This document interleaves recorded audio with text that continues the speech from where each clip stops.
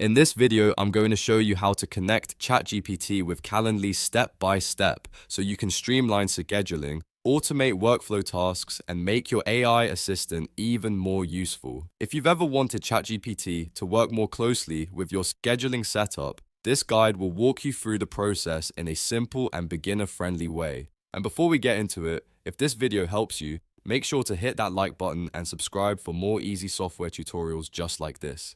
It really helps the channel and it tells me to make more videos like this one. Alright, let's get started. First, open ChatGPT in your browser. Once it loads, look at the sidebar menu and make sure you're in the right account. Depending on the version of ChatGPT you're using, the layout may look slightly different, but the general process stays the same. You'll want to start a new chat so you can connect the app cleanly without any confusion from previous conversations. Now, go to the chat box area and look for the plus icon. In some versions, you may see an option that says connect to an app, or you may see plugins, connectors, or a similar app connection option. This is where ChatGPT allows you to connect supported third-party services. Click that option to open the app connection menu. Once the menu appears, use the search bar and type Calendly. ChatGPT should show Calendly as an available connection if your version supports it. When you see it, click Connect. This starts the linking process between ChatGPT and your Calendly account. Next, you'll be asked to sign into Calendly. Enter the email and password for the Calendly account you want to use. If you already have a session open, you may be taken directly to the approval screen instead. Either way, make sure you're signing into the correct account, especially if you manage more than one scheduling profile. After signing in, Calendly will ask you to approve access. This is an important step because it gives ChatGPT permission to connect with your Calendly account and interact with the supported features. Review the permissions carefully so you understand what access is being granted. If everything looks right, click Approve to continue.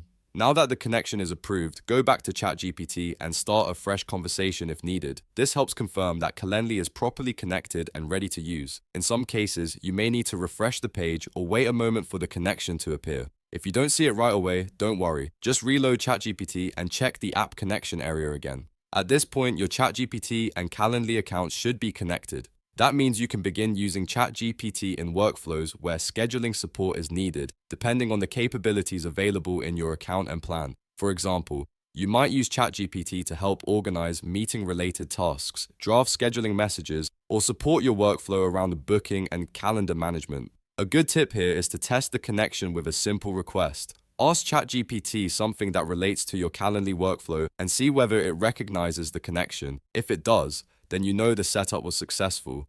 If not, go back and confirm that Calendly is still connected and that you approved the permissions correctly.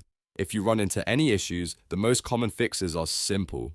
First, make sure you're using a supported ChatGPT version. Second, confirm that Calendly is available in the connectors or plugins area. Third, check that you're signed into the right Calendly account. And finally, refresh the page if the app doesn't show up immediately.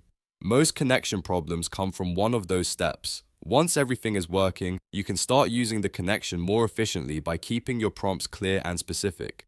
Instead of asking something vague, tell ChatGPT exactly what you want help with in your scheduling workflow. The more specific you are, the better your results will be. And that's it.